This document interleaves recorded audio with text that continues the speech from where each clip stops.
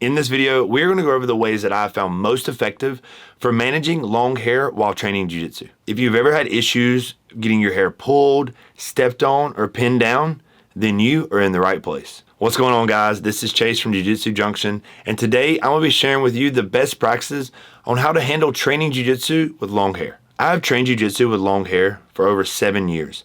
I have done this with hair ranging from full dreadlocks to what you see today. The first thing we are going to go over is what to realistically expect training with long hair. The next thing we'll talk about is how to choose the right hair tie. Then we'll talk about the most effective way to tie up your hair. And at the end of this video, we'll give you a bonus tip that makes training with long hair easier and can help you avoid damaging your hair while training. Full disclaimer, you aren't going to be able to train jiu-jitsu with long hair without running into the occasional downsides. But we can definitely work to minimize the impact. Throughout training, you can expect your hair to get in the way. It can be pinned down, accidentally pulled, or even end up in your mouth or eyes. This will happen sometimes, but usually, stopping and readjusting your hair will get things moving again. This only takes a few seconds. It's also very likely that your hair will sustain some type of damage throughout training. But in my experience, if you pick the right hair tie and tie your hair up correctly, we can mitigate a lot of this.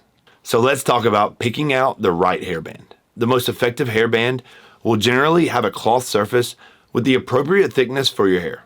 The cloth surface helps prevent too much friction from transferring onto your hair when the band moves. Other surfaces like rubber can be used. While it may hold your hair up tightly, in my experience, they're uncomfortable and they may cause damage to your hair. Generally speaking, the thickness of your hairband should match the thickness of your hair.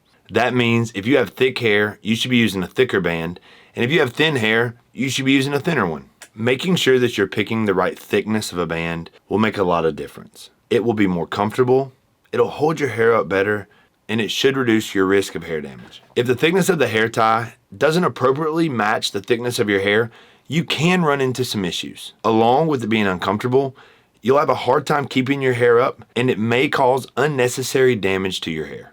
Hairbands are really inexpensive, so what I recommend, just buy a variety and try them out. The best place I have found is your local drugstore, like a CVS or a Walgreens. Getting this part right can handle a lot of potential issues up front, and it's a pretty easy lift. Putting your hair up the right way is probably the next most important factor in keeping your long hair from interrupting training. I would recommend that you tie up your hair in a neat and tight bun during your training. I also recommend to fix your hair between rounds and between drills. As we said earlier, it'll only take a couple seconds and it'll make a big difference. Now, when it comes to competing, I have a different solution. I would highly recommend that you get your hair tightly braided so it is a non-issue. This is way more important in a competition environment because your opponent does not care if your hair gets yanked or pulled or pinned down. For myself, I get tight braids, and if I have any extra, I just tie it up. So now let's get to that bonus tip that I talked about earlier. Healthy and properly conditioned hair not only looks better, it's more durable,